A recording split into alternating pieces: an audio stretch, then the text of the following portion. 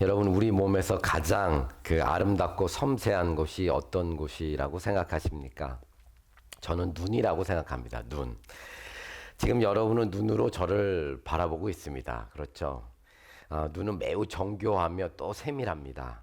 놀라운 방식으로 작동을 합니다. 눈은 또한 사람의 마음을 나타내고 우리가 눈을 보면 사람의 감정을 알 수가 있습니다. 제가 눈이 좀 안 좋아서 한국에 가서 좀 치료를 받은 적이 있습니다. 좀 점검을 받으러 갔는데 눈을 관리하고 치료하고 검사하는 그 의료 기술이 예전과는 완전히 비교할 수 없을 정도로 발전이 되었습니다. 그래서 첨단 과학 기술을 동원해서 눈의 상태를 아주 세밀하고 또 정밀하게 검사하고 보이지 않는 부분까지 눈을 체크합니다. 그때 제가 이런 생각을 했습니다. 사람이 만든 기술도 이렇게 정교하고 세밀한데 놀라운 이 눈을 만든 하나님께서는 얼마나 대단하신가라는 생각을 했습니다. 우린 너무 익숙해서 잘 느끼지 못하지만 우리 눈은 하나님께서 놀라운 그 지혜와 섬세함으로 창조하신 것입니다. 눈에는 크게 세 가지의 부분이 있습니다. 세 가지. 공막, 각막, 홍채, 그리고 동공이 있습니다. 잘 모르시죠? 저도 이걸 리서치하면서 참 놀라움을 알았는데, 첫째는 공막, 각막이 있습니다. 우리가 흔히 그 흰자 위에 덮여 있는 부분입니다. 이거는 그 투명한 부분입니다. 눈을 보호하는 눈을 보호하는 그 역할을 한다고 합니다. 그리고 둘째는 홍채인데, 홍채는 눈동자의 색을 결정하는 부분입니다. 그래서 카메라의 조리개처럼 빛의 양을 조절하는 역할을 한다고 합니다.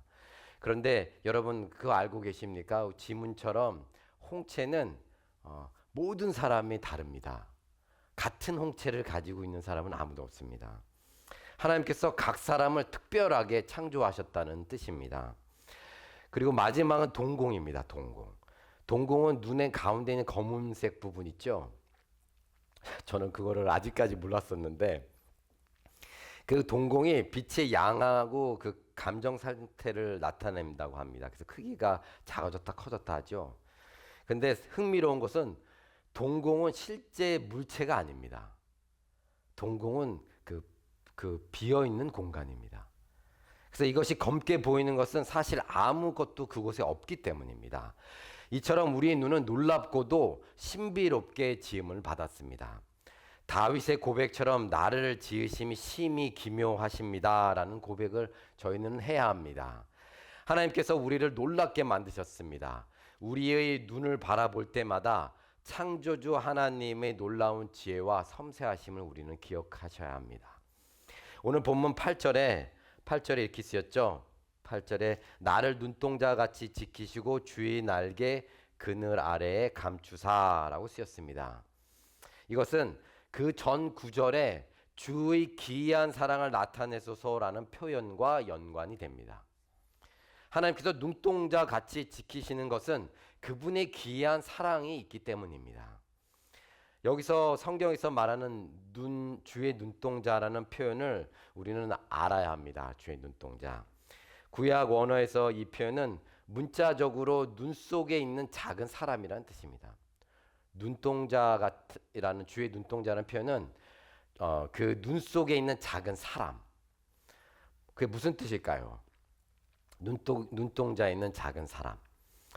우리가 누군가의 눈을 가까이 가서 이렇게 보잖아요. 보면은 각각 그 각막 그 표면에 비춰지는 아주 작은 자신의 모습을 볼 수가 있습니다. 마치 눈 안에 작은 사람이 있는 것입니다.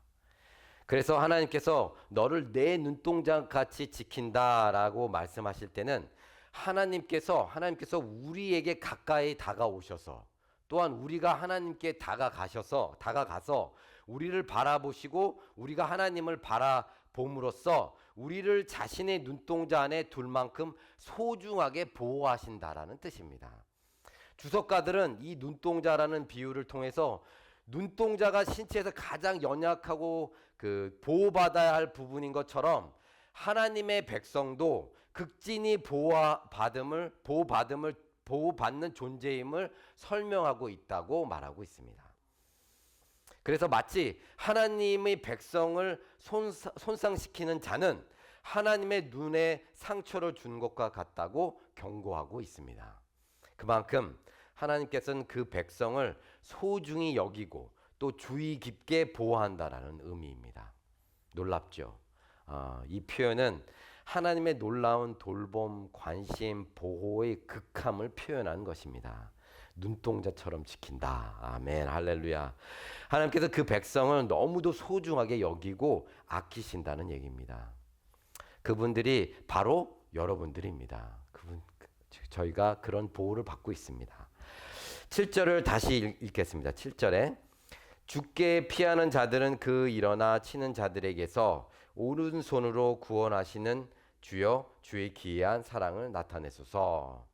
여기서 주의 기이한 사랑을 보는 사람은 주께 피하는 사람입니다. 그렇죠? 말 그대로 앞부분에 기이한이라는 것은 인간 기준으로 설명할 수 없고 형언할 수 없는 위대하다는 뜻입니다. 하나님께서 우리를 사랑하시기에 가까이 다가오셔서 눈동자처럼 소중히 품으시고 우리를 보호하신다는 것입니다. 그래서 시편 기자는 그 보호하심에 대해서 주의 기이한 사랑이라고 표현했습니다. 오늘은 기이한 사랑이라는 주제로 우리가 문제 속에서 문제가 있을 때 무엇을 바라봐야 하는지, 또 문제 속에서 또 만족할 수 있는 것은 무엇인가에 대해서 말씀을 나누고자 합니다.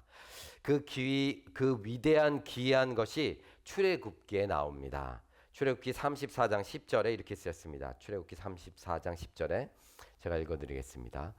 여호와께서 이르시되 보라 내가 언약을 세우나니 곧 내가 아직 온 땅 아무 국민에게도 행하지 아니한 이 적을 너희 전체 백성 앞에 행할 것이라. 내가 머무는 나라 백성이 다 여호와의 행하심을 보리니 내가 너를 위하여 행할 일이 두려운 것임이니라. 여기에서 이적이라는 표현이 아까 전에 말씀드린 기이한 그 기적이랑 같은 단어입니다. 이곳은 두 번째 돌판을 받고 다시 언약을 세우는 곳입니다. 첫 번째 돌판에서는 하나님이 직접 돌판을 만드시고 그 돌판에 십계명을 쓰시지요. 두 번째 돌판은 하나님이 만드시지 않습니다. 그렇죠. 두 번째 돌판은 모세가 만듭니다. 신명기 10장 1절에서 5절을 찾아보겠습니다. 신명기 10장 1절과 5절은 우리가 찾아보겠습니다. 신명기 10장 1절에서 5절. 자, 신명기 10장 1절에서 5절. 자, 같이 읽겠습니다. 그때 여호와께서 내게 이르시기를 너는 처음과 같은 두 돌판을 다듬어 가지고 산에 올라 내게로 나아오고 또 나무 궤 하나를 만들라.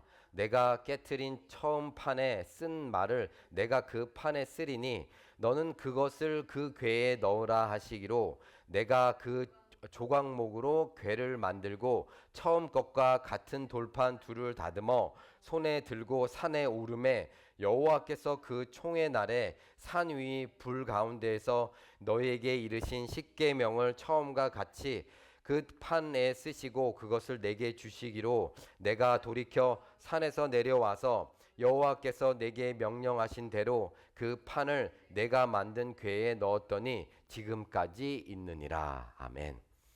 왜 두 번째 돌판을 모세가 만들어서 가져가야 하는 것일까요? 하나님이 두 번째 돌판을 만들기가 좀 어려우셨나요? 이 사건은 첫 번째 돌판 십계명을 받기 위해서 시내산으로 올라갔던 모세가 더디 내려옴으로 인해 이스라엘 백성들이 우상 숭배를 하는 그 사건에 있습니다. 첫 번째 돌판 이후에 명백한 우상 숭배에 대한 하나님께서 주시는 메시지가 있기 때문입니다. 두 번째 돌판을 모세가 만들게 된 것은 새 언약, 즉 성령에 의해 마음에 새겨지는 부분을 말씀하고 싶어서 그렇습니다. 잘 들으셔야 합니다. 첫 번째는 하나님의 전적인 주도로 이루어진 뒤에 너희들이 죄를 짓게 되었으므로 깨달아야 한다라는 의미입니다.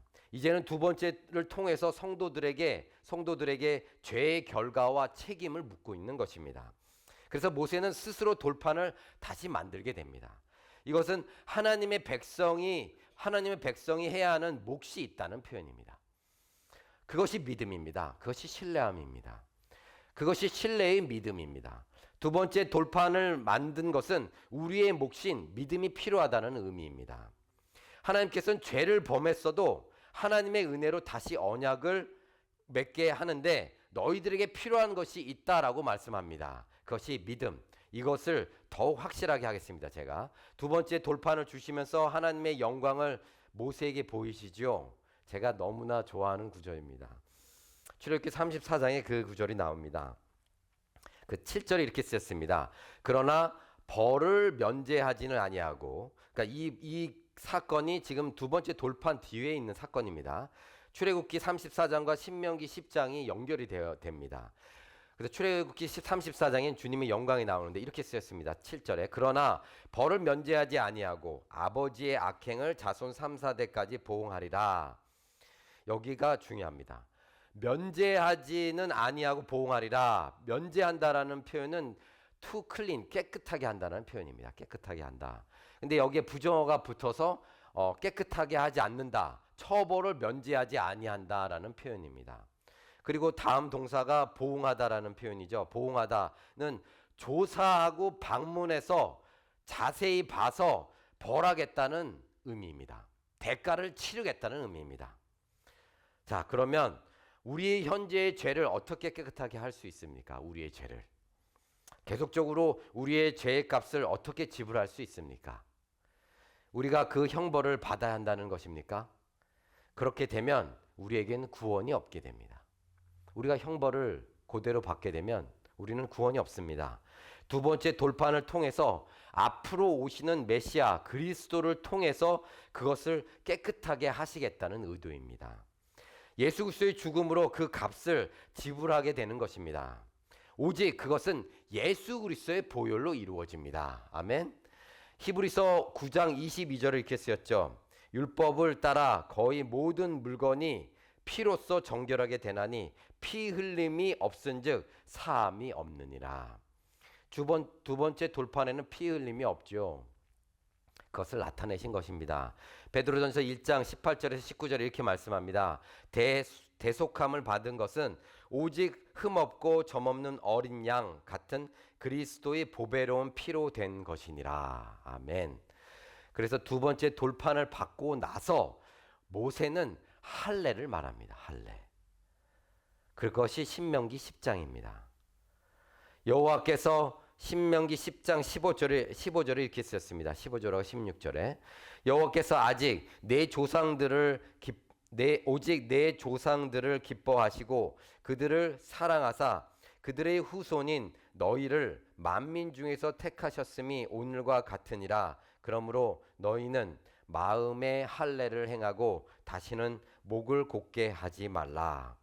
이 할례는 마음의 할례입니다. 육신의 할례가 아닙니다. 더 이상 육신의 할례가 아닙니다. 이스라엘은 아마도 마음의 할례를 완전히 이해하지는 못했을 것입니다. 아마도 더욱 열심히 더욱 올바르게 살아가야겠다고 다짐을 하고 또 그것에 마음을 썼을 것입니다. 그렇게 되면 동일하게 첫 번째 돌판을 받을 때랑 차이가 없습니다. 아무런 변화가 없는 것입니다.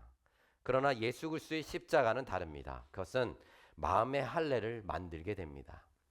그 예수 그리스도로 인해 너희들을 대신하여 속죄하였으니 이제는 너희에게 필요한 것이 마음의 할례니다. 그것이 믿음입니다. 믿음. 오직 예수 그리스도의 십자가와 믿는 자의 마음의 할례라고 말씀을 합니다. 마음의 할례는 믿음입니다. 예수 그리스도의 십자가를 믿고 그 믿음으로 살아가는 믿음입니다. 너희는 그 은혜에 의하여 믿음으로 말미암아 구원을 받았으니 이것은 너희에게 난 것이 아니요 하나님의 선물이라. 그 믿음으로 하십니다. 그 믿음으로 마음의 할례가 이루어지는 것입니다. 이렇게 마음의 할례, 즉 예수 그리스도의 죽음으로 인한 죄의 사함과 하나님과의 관계의 회복인 이 모든 귀한 모든 것이 하나님의 사랑에서 나왔습니다. 사랑은 여기 있으니 우리가 하나님을 사랑한 것이 아니요 하나님은 우리를 사랑하사 우리 죄를 속하기 위하여 화목제물로 그 아들을 보내셨습니다. 아멘. 그래서 아까 말씀드린 것처럼 출애굽기 34장 그리고 신명기 10장에서 두 번째 돌판을 통해서 이제는 하나님께서 직접 그 죄값을 치르겠다고 말씀하신 것입니다. 그 기이한 사랑을 나타내십니다. 할렐루야. 우리가 해야 합니다. 그 귀한 사랑을 갖기 위해서는 하나님의 시선 안에 우리가 들어가야 합니다. 하나님의 보호하심 안에 들어가야 합니다. 하나님의 마음 안에 우리가 들어가야 합니다. 하나님의 보호와 돌보심 아래 있어야 합니다. 앞에서 말씀드린 것처럼 눈은 매우 민감하고 섬세한 기관입니다. 사람은 자신의 눈에 작은 것 하나 들어가도 우리가 막 살 수가 없고 눈물이 나죠. 너무나 힘듭니다. 하물며 하나님께서 우리를 자신의 눈동자 안에 넣으셨다는 것이 어떤 의미겠습니까? 우리는 하나님의 사랑 안에 있는 것입니다. 하나님의 능력 안에서 우리가 보호함을 받고 있는 것입니다. 이 시편 기자는 문제 속에 있습니다. 이 시편 17편은. 그런데 그 문제 속의 삶에서 문제를 통해서 하나님을 바라보게 된다는 것은 영원한 관점에서 가장 큰 비교할 수 없는 축복입니다. 그 이유가 마지막 절 15절에 나옵니다. 15절에 나는 의로운 중에 주의 얼굴을 배우리니 깰 때 주의 형상으로 만족하리이다. 주의 형상으로 만족하리이다 라는 표현은 그리스도인으로서 궁극적인 소망입니다. 저는 그렇게 생각합니다. 주의 형상으로 만족하리이다. 여기에서 주의 형상은 하나님의 임재, 하나님의 현현을 말합니다. 다시 말해서 하나님께서 당신 자신을 우리에게 드러내는 것입니다. 우리에게 나타내는 것입니다. 우리가 잘 알고 있는 창세기에서 우리를 창조하실 때 형상이라는 단어와 다른 단어입니다. 이 단어는 다른 단어입니다. 이 시편 기자는 세상의 문제로 왔지만 이 세상의 문제로 하나님께 왔지만 하나님의 임재로 인해 충분하다고 이제는 고백하는 것입니다. 문제가 아니고 문제를 뛰어넘는 것입니다. 나는 의로운 중에 주의 얼굴을 배우리니 그때 주의 형상으로 만족하리이다. 여기에서처럼 주의 형상, 주님의 임재로 가기 위해서는 두 가지가 필요합니다. 이 절에 뭐죠? 의로운 중에 있어야 하고 주의 얼굴을 뵈야 합니다. 의로운 중에 있어야 하고 주의 얼굴을 뵈야 합니다. 성경에서 말씀하시듯이 아무도 의로운 사람은 없습니다. 그렇죠. 의인은 없나니 하나도 없으며 깨닫는 자도 없고 의로운 자도 없고 다 치우쳐서 하나님을 찾는 자도 없고 무익하게 되고 선을 행하는 자도 없다고 말씀합니다. 그렇다면 의로운 중에 있기 위해서는 어떻게 합니까? 하나님께서 의로운 자로 인정을 해주셔야 합니다. 어떻게 우리가 인정을 받습니까? 믿음이 필요합니다. 예수 그리스도를 믿어야 합니다. 로마서 5장 9절에 이렇게 말씀하죠. 이제 우리가 그의 피로 말미암아 의롭다 하심을 받았으니 더욱 그로 말미암아 진노하심에서 구원을 받느니라. 형벌이 우리의 최종 심판이 없어진다는 것입니다. 예수의 십자가의 죽음은 우리의 죄를 속량했습니다. 예수 십자가의 죽음이 우리를 살렸다는 것을 믿고 있다면 우리가 그것을 진심으로 믿고 있다면 우리는 의롭다는 칭함을 받는 것입니다. 로마서 5장 1절에 그러므로 우리가 믿음으로 의롭다 하심을 받았으니 우리 주 예수 그리스도로 말미암아 하나님과 화평을 누리자. 아멘. 그러므로 의로운 중에 있기 위해서는 예수 그리스도를 믿는 믿음 안에 우리가 들어가야 합니다. 하나님의 눈 안에 우리가 들어가야 한다는 것입니다. 그 믿음을 통해서 주의 얼굴을 구하니 하나님의 임재로 우리가 만족하는 것입니다. 세상이 아니라 하나님의 임재로 만족할 수밖에 없는 것은 그 하나님의 사랑, 그 귀한 사랑을 알게 됐기 때문입니다. 하나님의 사랑은 우리의 이해를 뛰어넘는 사랑입니다. 우리가 그것을 이해할 수 없는 사랑입니다. 여러분이 누군가를 정말로 사랑한다면 그 사랑을 설명하기가 쉽지가 않습니다. 제가 저희 사모를 처음 만나고 사랑을 할 때 제가 많은 이제 그런 고백을 했는데 구름을 걷는 느낌처럼 이렇게 뛰어 있는 느낌이었습니다. 우리 와이프를 만났을 때. 그래서 제 마음에 어떤 마음이 들었냐면 마음뿐만 아니라 몸도 깨끗해야겠다는 생각을 제가 그때 했습니다. 처음 그런 생각을 해본 적이 없었는데 참 감사합니다. 그래서 사람들이 이제 왜 이렇게 기뻐하냐 좋으냐 물으면 정확하게 설명을 할 수가 없습니다. 왜냐하면 사랑은 논리로 설명하는 것이 아니라 경험으로 설명할 수 있기 때문입니다. 경험하지 못하면 그것은 설명할 수가 없습니다. 물론 인간의 사랑은 완전하지 않습니다. 시간이 지나면 식어지고 또 실망하기도 하고 또 약해지기도 하고 커지기도 하고 우리는 완전한 존재가 아닙니다. 그러나 하나님의 사랑은 다릅니다. 하나님의 사랑은 변치 않으며 영원하며 우리가 측량할 수 없는 사랑입니다. 우리의 이해를 뛰어넘는 사랑입니다. 말로 다 표현할 수 없는 사랑입니다. 그래서 다윗은 하나님의 사랑을 기이하다고 합니다.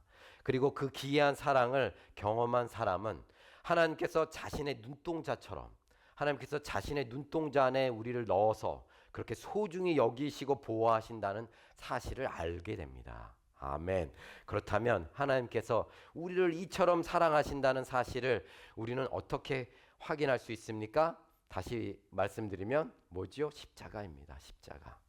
십자가만큼 그 기이한 사랑을 표현할 수 있는 방법이 이 세상에는 아무것도 없습니다. 그러니 놀라운 것입니다.